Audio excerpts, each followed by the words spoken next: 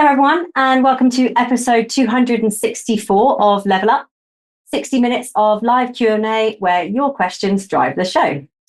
My name is Ellie Bowett, and I'll be your host for today's discussion. If you're watching us on YouTube and want to find out more about what we do on our channel, please give this video a like and subscribe to be notified about our new content. My colleague Blanche is in the social chat, so please let her know your name and the city from where you're joining, and she'll post a link to vote up the questions that you'd like most answered, and of course for you to add in your own questions. If your question is selected, your name will appear in the credits at the end of the show, so do get yours in early and stay with us to see that happen. So in today's show, we'll be delving into the world of earned value management. Earned value management is all about effectively monitoring project performance, ensuring your projects stay on track, on budget, and within scope. So whether you're a professional looking to enhance your expertise or someone new to the concept, today we hope you will gain valuable insights and practical techniques to help you succeed. And luckily today, I am joined by a fantastic lineup of experts ready to help you level up your project management skills and achieve greater project success. So let's jump into it and head over to meet them. So kicking off today's introductions is Mart Rovers. Mart is a president at INTERPROM and a regular contributor to Level Up. Across the US and Europe, INTERPROM deliver a range of coaching, advisory and training services to their clients, leveraging emerging and leading practice to help their customers, give their customers, a truly competitive edge. Welcome to today's show, Mart.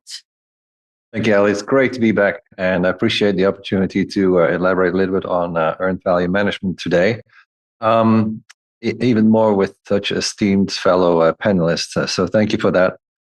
Earned value management is not a topic where there's a lot of quotes that could be found on the internet, but I did find something that I think will get us going. It was from Michael Jordan, actually, and it didn't have anything to do with project management, but I think it does resonate. He said, once nothing of value comes without being earned. Yeah, excellent ones. Thanks, Mart. We love a good Mart quote to start a show. So next up, we have Laurie Bowman, who's rejoining us again today. Laurie is the head of project portfolio planning and control at Synchrony projects and has a background in engineering and construction, two disciplines which hold collaboration at their core for successful project outcomes. Thanks for joining us again, Laurie. Very good to be here. Thank you, Ellie. And welcome, fellow panelists and listeners. Really looking forward to today's session. Great. Thanks so much. Next on the panel, then, we have Sachin Melwani. Sachin is a project systems and business transformation consultant who combines a deep knowledge of project and product development life cycles and methods with a deep background in IT. He approaches change with a desire to help his clients adopt leading practice. Thanks so much for joining us today, Sachin. Thank you so much for having me. Excellent. Okay, and then finally completing today's panel is Darrel Popowich. Darrel is an expert in building and managing business relationships, coaching executives, and a regular contributor here on Level Up. He works tirelessly to support communities around the world and brings his thought leadership and experience to our panel today. Nice to see you, Darrel. Thanks, Ellie. It's going to be an interesting conversation as we dive into value, which every organization and every business leader and president is always looking for. I've heard so many times, am I the only one who cares about making money in this organization? Says, fill in the blank, any president. And so today we're going to be diving into how that value gets transferred further down the organizational hierarchy. Yeah, perfect. Thanks so much. And of course, Level Up Your Career. Our series would not be the same without our question master, bringing all of your live questions to our panel today. And we're joined today by Charlotte Miller, who is in the Thames Valley. How are you today, Charlotte? A little bit warm today, Ellie, to be quite honest, a little bit warm. Yeah, I can definitely agree with that one. So let's get started then, Charlotte. Can we please have our first question? You certainly can, Ellie. Our first question is from Kathy in Cornwall. Kathy asks, what is earned value management? Yeah, great question, Kathy, and a brilliant one to start us off with. So panel, how do we explain to Kathy in Cornwall and the rest of our audience what is earned value?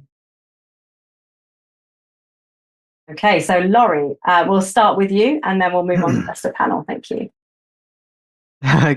Good question. Thank you, Kathy. Probably a good place to start. So earned value really is a very simple technique. All it involves is when we're doing a project, putting a weighting or a value, in other words, on all of the components of work so that as we're executing that work, we can track how much value we've effectively delivered as we work our way through the project. So a very, very simple process.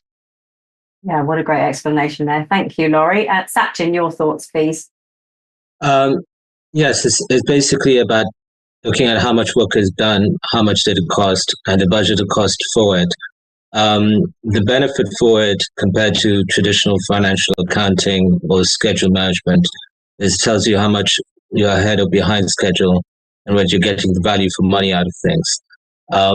Where it involves far more wider discussion though within the project team in terms of defining the scope, planning, data collection, analyzing, reviewing, and actions, and risk management and change management. So how do you reflect changes? How do you reflect risks?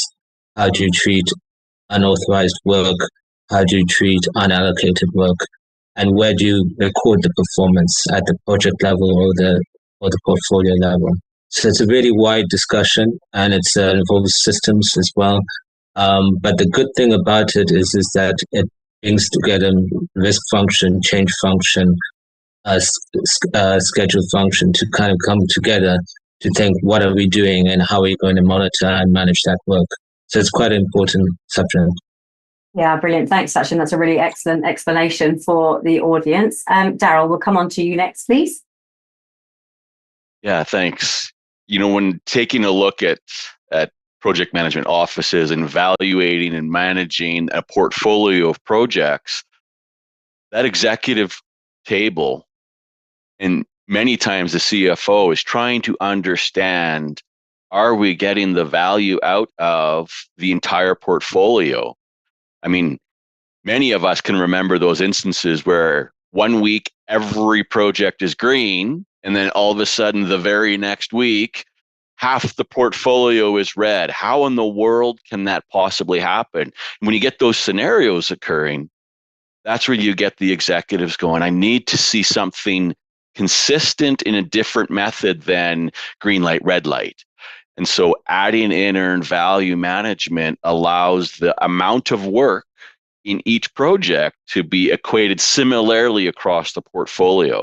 So when you look at that metric, the executives really understand how well the entire portfolio and as well each individual project is driving towards that outcome that was approved at the beginning.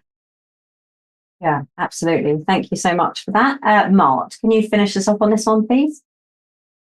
I will give it a shot indeed. What I always like about it is the fact that, as we all know, project management is that triangle of scope, time, and cost. And what earned value management does, it allows us to measure that combination of the three. And an easy example is usually, let's say you're halfway through the project, so you burned half of the resources, but as far as the work performed, you only done 25% instead of the 50% you would expect, or maybe you've completed 75% of the work while only having burned 50% of the resources. That tells you something about, are we of value? Are we on track in essence? And of course, the whole scope discussion is when you start changing that halfway through. Of course, that has an impact, right, on the work to be performed and the resources needed. So it's the combination of the three that earned value management allows us to measure. Yeah, great. Thank you so much, panel, for the response to that. And thank you, Kathy, for a great question kicking us off there, starting off with what actually is earned value. So now we've got that one established, let's invite Charlotte back for our second question, please. Thanks, Ellie. The second question is very much the title of our show. How would the panel describe an earned value professional? Okay, panel. So an earned value professional. We've heard a little bit about what it is. But how would we describe an earned value professional, and perhaps when an organisation might need one? Laurie, we'll start with you on this one and then come to Darrel. Yeah, so an earned value professional is really a facilitator. So we heard earlier about the integration of time, cost, and scope. So in some ways, the earned value professional needs to be able to deal with your project cost accountants or your finance people to help ensure that the finances are being organised in a particular way. At the same time, needs to be able to engage with the planners and schedulers and to have that developed in a consistent way so that you can integrate between cost and schedule and scope, for example. Also needs to be able to deal with estimators, needs to be able to deal with contracts administrators to try to get the project talking in the same language and placing the same value and weightings on different packages of work. So very much an integrator of people and then an analyst of data and information. Brilliant. Thanks, Laurie. Great explanation there. Darrel, over to you. Yeah. Taking, Laurie really described the tactical components around there. So I'll relay that to how, again, that leader or the executive team is going to take a look at what bringing that profession into the organization. And so getting that consistency across the different projects of what like value delivery is compared to cost of resources, and being able to bring that up to that level at the executive, that summarized version, so that decisions can be made when projects are off value. What are we going to do about it? Do we need to invest more? Understanding the decisions of resources inside the organization and missing scheduled dates. What does that do to the value expectations inside the organization? If you miss a release date, is that going to drop your revenue growth that you were looking for in that time frame?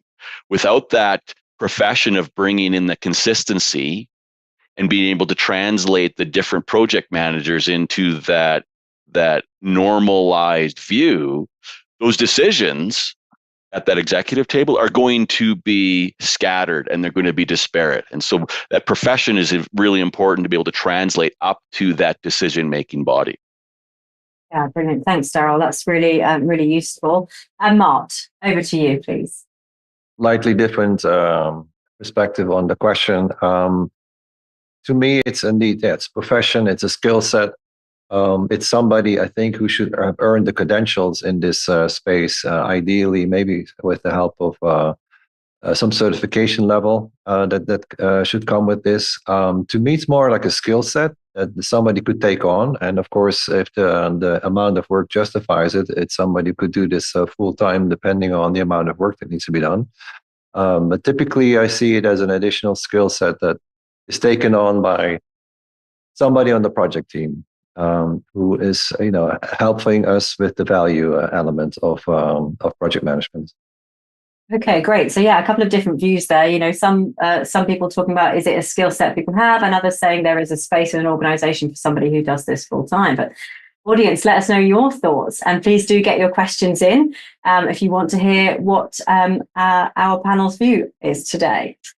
Charlotte, please, can we welcome you back for another question? You certainly can. Question from Keith in Kent. What are the principles of earned value management? Okay, thanks. All right. Panel, thank you. We'll start off with Laurie. So I guess the foundation for earned value management is around communication and objectivity in measuring how a project is performing. So taking out the subjectivity and developing a criteria. And the three core principles that it's based on, it really is so simple. And the first core principle is setting a baseline. And the baseline is just an integrated, time-phased profile of the project that integrates scope, time, and cost. The second principle is frequent performance feedback and forecasting. So a continuous feedback loop that the project relies on to continuously get feedback, make adjustments to plan, and improve performance. And then lastly, the last of the three key principles is change management. So recognizing that when we set a baseline, stuff happens, projects change, risks happen. So we need to have a change management process in place to protect the project from scope creep, but also to let beneficial change happen so that we can change our baseline when the next wave of COVID happens or when something else happens. We're able to adjust the baseline so that it's still meaningful and useful as a benchmark for the project team. Yeah, thanks, Laurie. And thanks for starting that by saying that it's quite simple, really, because I do think that earned value gets a bit of a bad rap as being quite technical and quite complicated. So I think being able to debunk that with there are some simple processes that you can follow to, gain the benefit from that is really important. Sachin, over to you. Yes, a great introduction and a high-level overview. Going a bit deeper in terms of some of the practicalities, for example, in terms of defining the scope, which is the first principle explained. You then have to then use the work breakdown structure to define the work packages, integrate that with the organization-based breakdown structure, and then, for example, distribute a budget into the work breakdown structure. So it's quite an involved process to kind of try and think in terms of where do you set the performance management baseline and at what time? So, for example, between options selection in terms of the project lifecycle or after concept design, and for example, in terms of the work packages, are they defined for each individual lifecycle phase, or how do you do that? Then, in terms of, for example, it's the second principle, which is more about actual performance collection. You do have, for example, marking between the contractor and client. What you can do is you can use the earned value reviews to get an integrated project team together to have joint reviews in terms of the performance. And then in terms of change management, you then have to then consider things such as, for example, unallocated work, management reserve, undistributed budget, all of these type of things, like, for example, of how you deal with things which just come out of the woodwork, and how do you reflect that in terms of the performance management baseline, and how you reflect that both at the project level and at the portfolio level. So but in terms of the high level overview of the first three principles, that was a great job, and thank you for that. Yeah, brilliant. Thank you, Sachin, and thank you for going into so much detail. I'm sure that was very helpful to Heath from Kent, and thank you for the question. Charlotte, our next question, please. Thanks, Ellie. Question from Giles in Edinburgh. Is earned value management only relative to project management, or is it applicable to other areas? Well, this is an interesting one because we often hear of earned value management as being a skill or a part of a project team or project manager's role. What about anywhere else that it might be applicable? Laurie, over to you. Yeah, this is a really interesting question. So it is applied. It really describes how we apply performance management to projects, but there's really no reason why it couldn't be applied to other areas as well. The tricky part is that you need a defined scope. So even if you had some sort of an operational budget or something like that, you'd need to be able to define to a certain extent what it was that you were performance measuring on. But yeah, very, very interesting question. And perhaps it doesn't just apply to project management, although it is extremely well suited to project management. Yeah, that's definitely a thinking one, isn't it, Lauren? I can see a blog maybe on that coming soon. Where else can we be using earned value management? Darrel, you have the answer. It really is focused around that project portfolio, as Laurie stated there. And part of it is making sure you have that defined scope, right? So that's to create that baseline to be able to see where you're tracking value. But I can promise you, as soon as there is the trust from leaders, senior leaders, of seeing the measurement and the tracking of earned value for the project portfolio, the question is, how do we apply this to other work inside the organization? We have all these people that are doing operational activities. How do we track the performance of the rest of the organization. And you can get into some scary and situations where you try to do it, you try to apply this, but because you don't have that baseline, or you don't have that defined scope at the beginning, you start losing the value, you losing the impact of managing or comparing across the organization that earned value component. So absolutely, there's a desire to use it elsewhere.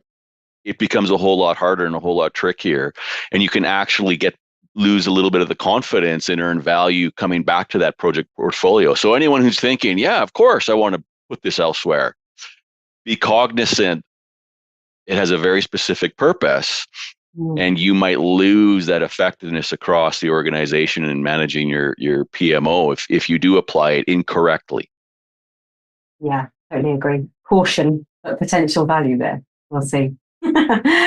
Okay, right. Thank you, panel. And Giles, I hope that was a useful answer for you. And Charlotte, can we welcome you back for another question, please?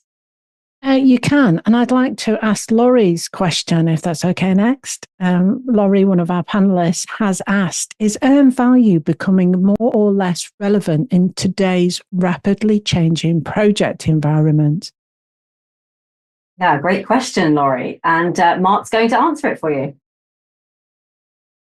It's becoming more important, Laurie. Is that enough for you, or? No, I mean, it's all about value, if you think about it. I mean, there should be a shift more towards the value aspect. And, when it's just an organization just focusing on cost, is I always tell the folks it's more of a short-term thinking approach compared to the ones that talk value and have a value focus. They're more long-term thinkers and long-term planners. So I think because of that, it already is something that should stick and be more applied than maybe what's happening in today's environments. Definitely more relevant, and especially when there are so many changes and therefore also, let's say, more projects, it becomes even more critical that we have this particular aspect, this particular skill in an organization. Yeah, absolutely. Totally agree. Thank you, Mart. Sachin, over to you. Well, I think you only have to look at, for example, the high-profile projects which have had cost overruns in the UK, whether it be Crossrail, whether it be HS2 as notable examples, to say that the area of performance management and getting value for money, especially for large-scale infrastructure projects, is very relevant. The challenge back, for example, which Laurie might have, is that these mega projects did use earned value and they still went wrong. So why didn't it help? And probably the reason why is because the earned value is being done at such a high level that you can't kind of identify the areas of intervention. Or the setting of the management baseline, where it's on a single point estimate rather than a range of likely estimates. So is it going to continue to be relevant? Yes. I would say it's a bit different. I have a different bit to Mart, where I don't regard it as a specific person. With new AI and new digital tools, you can create quite easily your own virtual assistant in order to give you continuous feedback on terms of your project plan, project performance. It doesn't need to be a project controller walking around and giving you SPI, CPI figures at the end of the month. So it is of real relevance. Where I think though that it can be more helpful is if you, for example, have joint reviews with your contractors, and that you set the measurement baseline at a low level rather than at the meta project level, portfolio level, where the figures are too high level to make any meaningful data analytics. Yeah, absolutely. Thanks, Sachin. We are going on to Darrel now, please, for this one. I'm going to jump a little bit on board of Mart's answer here, is that it absolutely should be more relevant.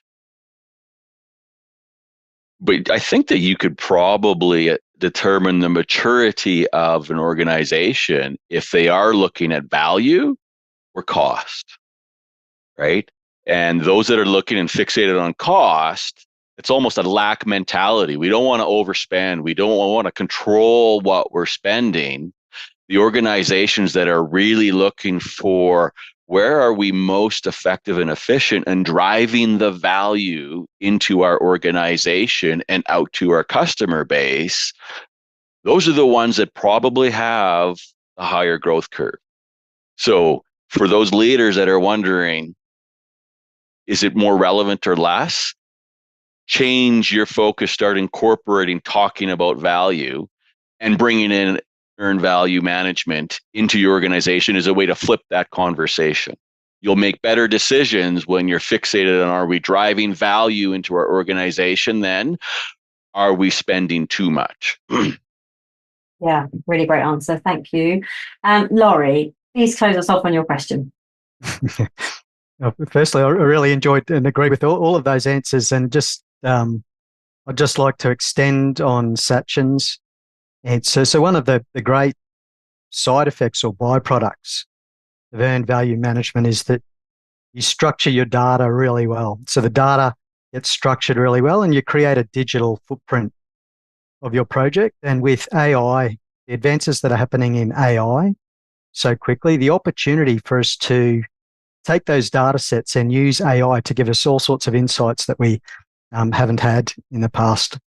And I often look at sports as being an example of really good performance management or performance measurement. And we're probably not so good in projects as we are in sports in terms of transparency and productivity measurement, but already in sports like limited overs cricket, AI is being used to look at historical data sets from cricket matches and forecast the likelihood or the likely score that a team's going to get or something like that. So the opportunity for us to get our data organised, which is what earned value really sort of encourages us to do, consistent work breakdown structures for cost, schedule, scope, means more than likely those companies that are using tools like earned value management have got their data structured well, are going to be the first to harvest the benefits of tools like AI in terms of performance optimization.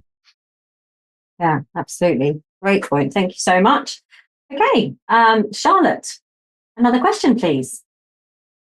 Thank you, Ellie. Our next question is from one of our panelists again, from Darrel. And Darrel asks, how does earned value management fit into organizational transformations? Okay, organizational transformations. Darrel knows the answer to the question. So we'll go with you first.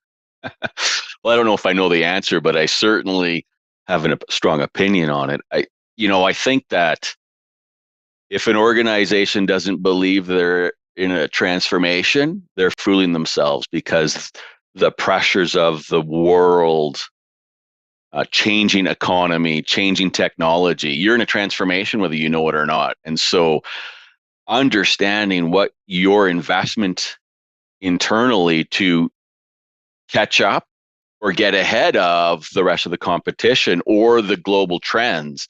I mean, who in the world thought that we'd be talking to computers in a dialogue? It just came upon us a year and a half ago. And now the entire world is like, everything has changed. Some people say that AI and generative AI is more important transformation to the world, to people, than fire.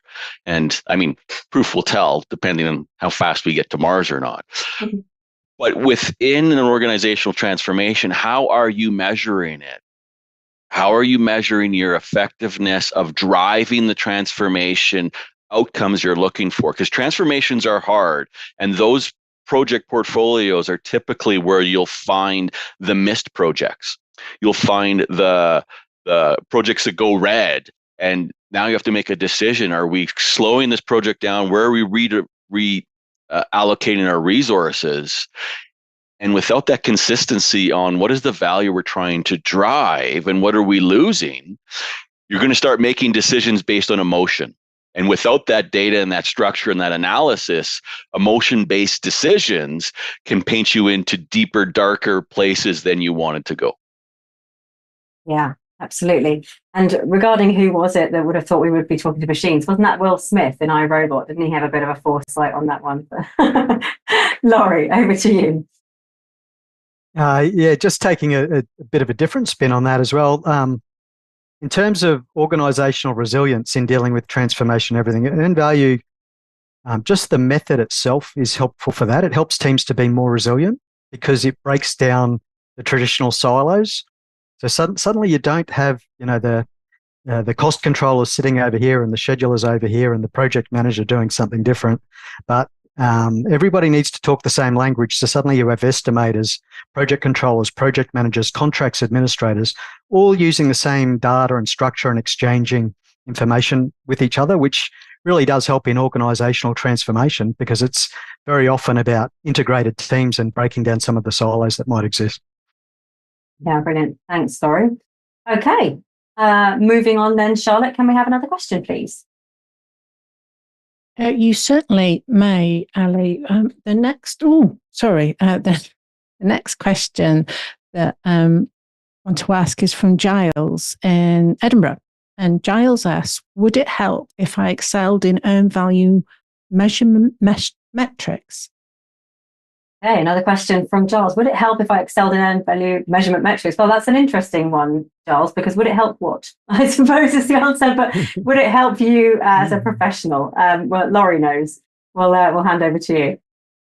Well, it depends. So if you're in an organisation that is supporting, and if you've got a sponsor for earned value, so one of the key elements that you really need in for earned value management to work, because it cuts across so many disciplines, you need that senior level sponsorship. So assuming you've got that senior level sponsorship and that your organisation is committed, it's extremely valuable. So if you're excelling in earned value management metrics, you're going to be giving key, you're like the central nervous system of your project. So just like when you put your hand on the hot plate, you want to know very quickly that message that it's hot gets to your brain so you can do something about it. So if you're excelling in earned value management metrics, you're effectively that central nervous system for the project team. So you're the one who can carry the data, can give the feedback to the project manager so that they can do something about it quickly. So definitely, as long as you've got that senior sponsorship and that support within your organisation, you're likely to be very valued if you're excelling in earned value metrics. Yeah, brilliant. Thanks, Laurie. Darrel, your view for Giles, please. I'm going to take us into a little bit of what I call moments of truth. A little bit of PTSD involved here as well. For those fortunate people who've had the CFO call you up and say, all right, if we had to cut 25% of the capital budget, which project should we cut? And that answer typically is asked with the desired resulting response in about a matter of hours. And so in that moment of truth, how in the world do you get what are we canceling out of this entire project portfolio? Having earned value measurement metrics as that approach to be able to say, here's where we are driving the most value within the project portfolio. These project teams are demonstrating the success of continuing to move forward.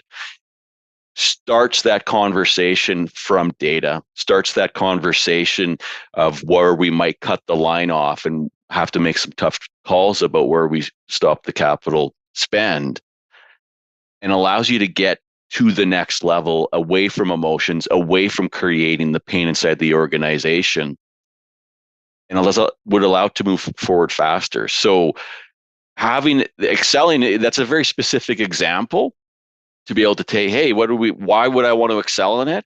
If you have that data and that process and that formula behind coming up with an analysis like that, the conversation gets to the right level to be able to move forward with that decision.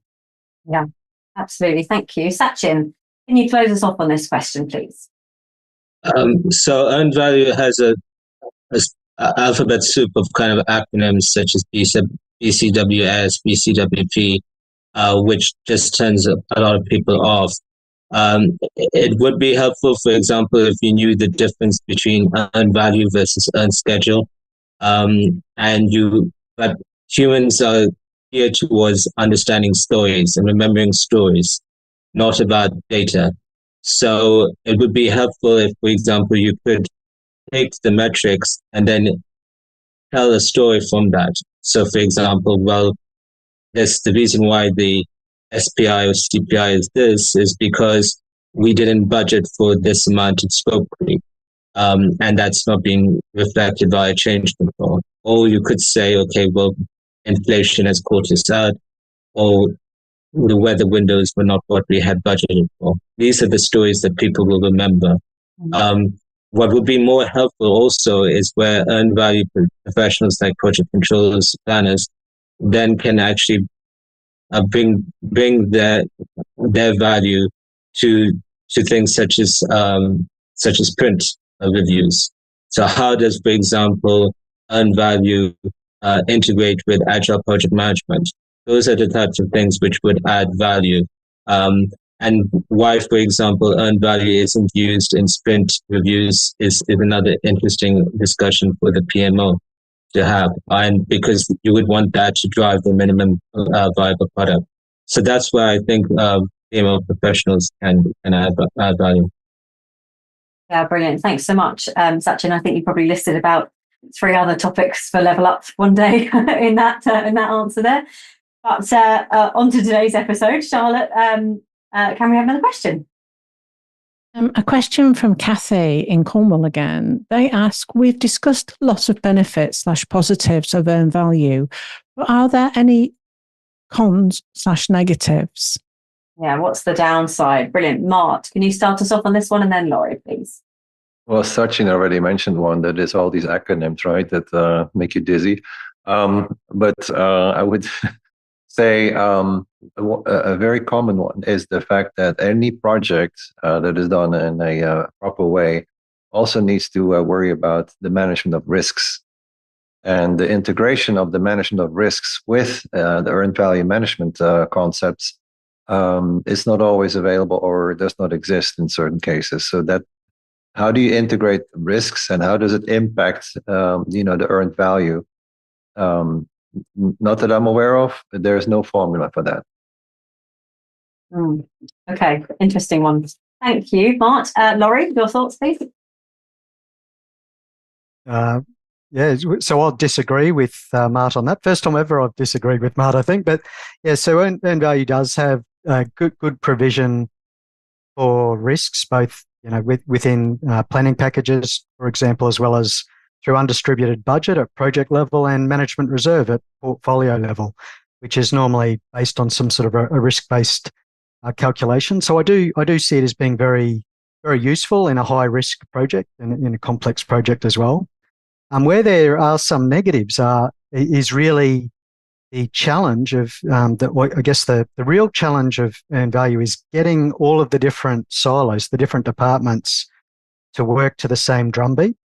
So earned value has been very successful in defence projects, and it's quite natural because defence very much has a command and control culture where what's said at the top just kind of gets done and it flows down automatically. In a lot of other organisations, the culture is a bit different. You'll have different pockets and different sort of silos that will tend to serve their own interests more than the overall organisation. So it takes a lot more influencing, a lot more corralling. You really need that senior level sponsorship who can try to have it implemented across a broad level. So if you don't have that, it can be very challenging. And if it is challenging, then sometimes the data won't be very clean. It won't reconcile very well. So it can be a bit of a burden. So I guess one of the disadvantages is you really do need that senior level support. It's not something you can do bottom up. You really do need that top down support in order for it to be successful. Yeah, thank you. That's a great point. And don't worry, we like a bit of panel disagreement and discussion on a Level Up show, so that's all good. Okay, next question then, Charlotte, please. Hi, Ellie. This is a question from me, and I hope that's okay. question is, where would you begin in becoming an earned value professional? Yeah, how do you get started in this? What's the best place to go, panel? So, Laurie, over to you. Well, there's, I guess, firstly, practice. So through your work environment would be ideal. A mentorship is also a good option. So particularly if you've got access to people within your organizational network. But aside from that, there's a number of different certification programs. So there's one in the UK that's one of the leading ones with APM and APMG called Earned Value Foundation and Earned Value Practitioner. And there's another global one as well that's primarily US based that's called Earned Value Professional. It's run by AACE International. Both of them are very good. The UK, what I like about the UK one is that it steps you up. So you do the foundation first, which is really learning the theory before you go on to the practitioner, which is applying the principles and using the skills a little bit more. So yeah, definitely recommend you have a look at both of those certification programs. Yeah, thanks, Laurie. So, maybe if you're working in a project management role or as part of a project team, starting to look into earned value and, what is it, how does it work, and then considering some of these certifications would be a good approach to take. Thank you for that question, Charlotte. And can we have another one, please? Yes. Question from Kath in Liverpool. Is there a career progression for an earned value management professional? Okay, career progression. Where would we start and where would we be heading for? Panel, related question to this. Is there somewhere, somewhere a certain level of project that somebody might be running where they would be looking more into earned value? Laurie, we'll come over to you for your thoughts. Yes, I would say certainly. So I haven't been hands-on involved in earned value for a long time, but I started off in earned value management, and it was a very steep learning curve for me, not on a fairly major defence project. And I'm, to this day, extremely grateful for that experience that I had. Once again, because you have to cut across so many different silos, you learn so much. And for me, I found that it gave me such a good learning experience, particularly dealing with things like commercial and contracts, dealing with finance, dealing with project managers, as well as dealing with our customer who would query a lot of the earned value data. I found it to be, at the time, I found it very challenging, and I learnt a lot. But for me now, I'm very grateful. So the amount that I learnt has helped my career progression. These days, I do stage gate assurance reviews and I'm mainly involved at portfolio level. But that would never have happened. I would never have made that progress had it not been for the time that I spent doing earned value management more than a decade ago now. Yeah, brilliant. Thanks, Laurie. Over to you, Darrel. I think it's kind of the same thing that Laurie walked through. Building a base on evaluating your project. When you're a project manager, when you're a project coordinator, allows you to speak to all of those different parties that Laurie referenced. And more importantly, in my mind, talk to the CFO or the CFO organization, right? And so the CEO and the CFO have conversations all the time about what's going on with the portfolio and the capital spend, and are we getting the value out of it? And the CEO comes in with a new idea because they just got off of a plane reading a magazine. I want to do this. And the CFO says, we don't have the money to do that. What are we stopping?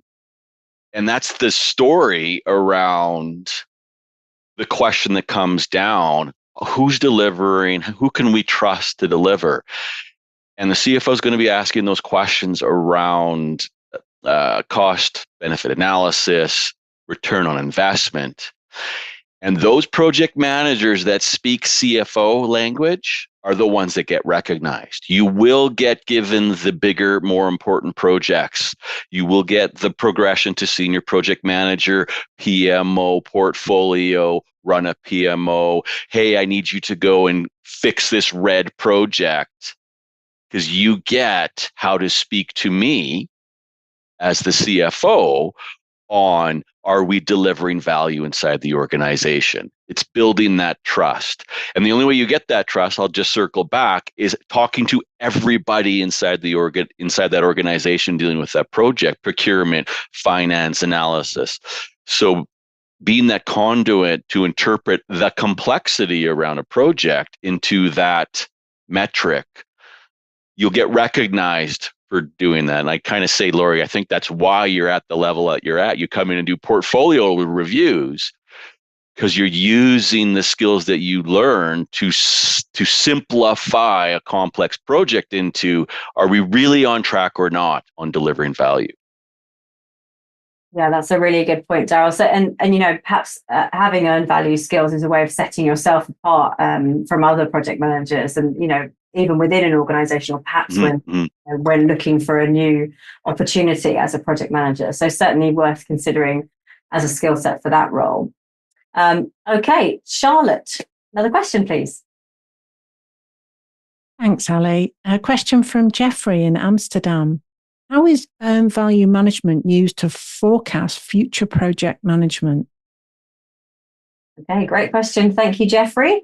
Panel, how are we using earned value to forecast performance? Darrel, we'll come to you first, then Laurie, please. Taking a look at who delivers the consistent trend of earned value. Those are the ones. Hey, a new project is coming. Who's on the team to be able to repeat the success of managing through all components of that project? Attaching, just like sports stats, in those times of pressure in the offensive zone and the defensive zone, who is able to deliver the results you're looking for?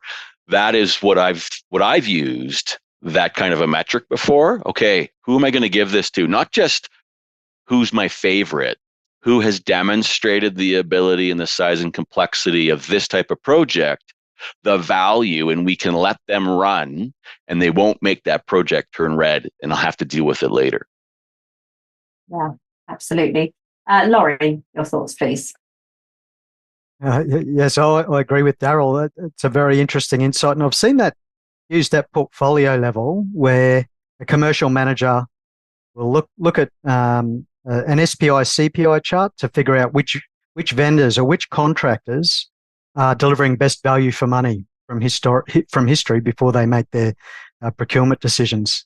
At the practitioner level, once again, I go to sports. So a lot of projects can use earned value metrics as a guide to forecast their overall cost, and in particular using CPI. And it's fairly simple. It's just like if you've seen limited overs cricket, which is kind of my go-to for earned value measurement. It's no different to saying, well, our current run rate per over is 6.2 per over. If we continue at that run rate, our overall score might be 207. If we go at a run rate of 8 runs per over, our score might be 240. So in the same method, we can use the exact same approach, except using CPI on projects to come up with a range of likely forecasts for our overall project costs.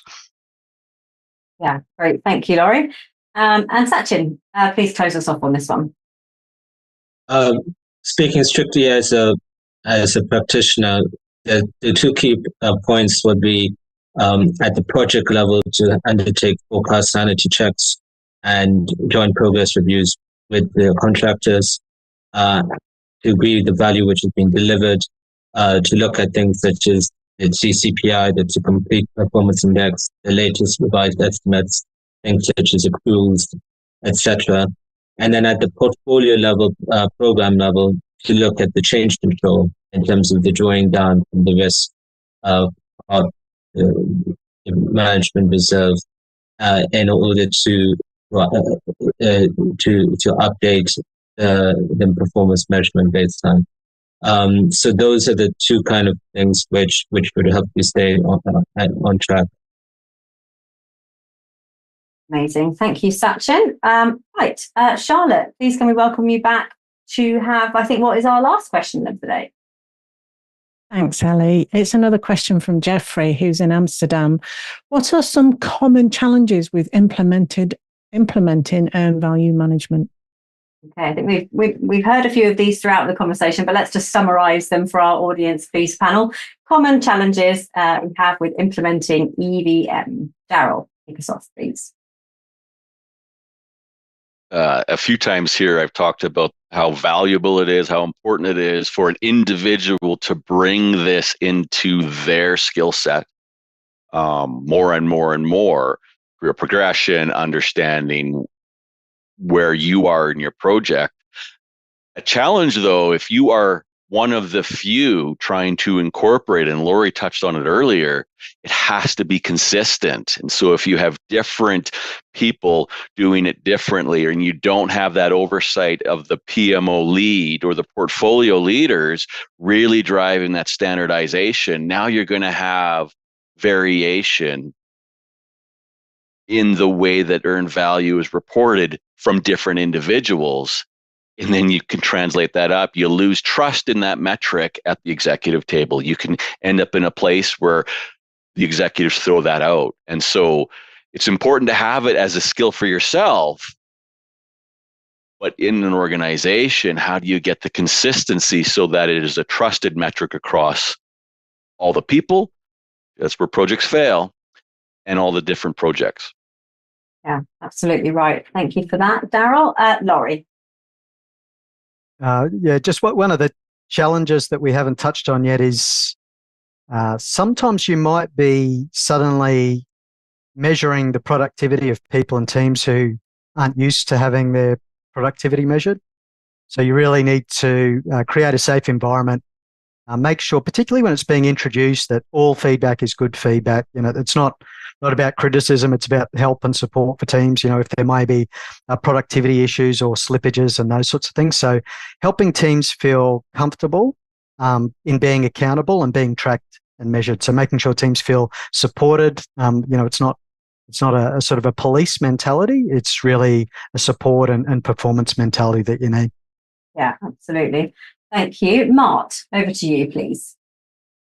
I'd like to go back to the basics when it's about answering this question. If, for example, your earned value management processes are not well documented, that doesn't help, of course. That's something to overcome when it's about implementing this. Along with that, if you have not the proper tooling to support it, and then the third one, of course, if your people are not trained in this and have the proper background and certification levels.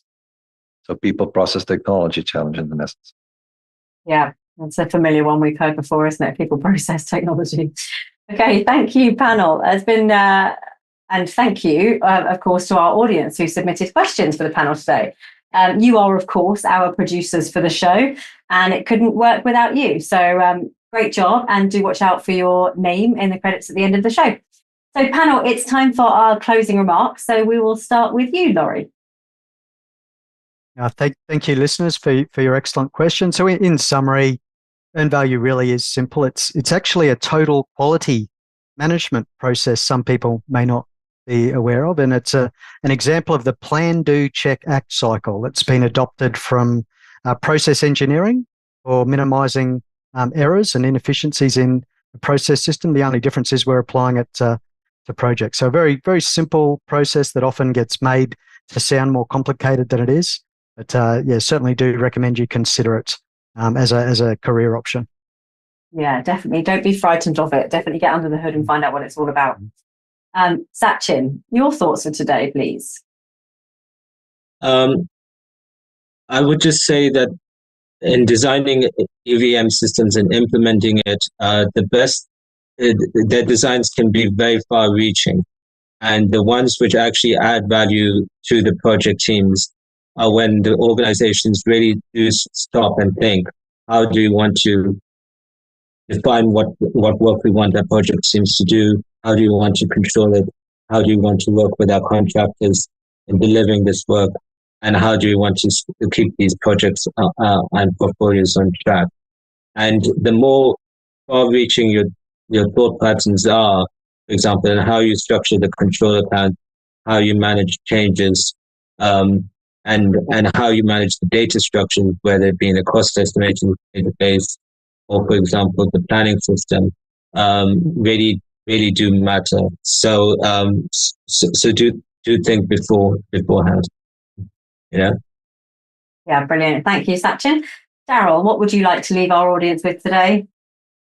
I'd just like to thank our panelists here. It's been an interesting conversation as we look at the depths of a process that isn't well understood and connect it up through the organization of how important it can be and how important it is on driving success inside of organizations.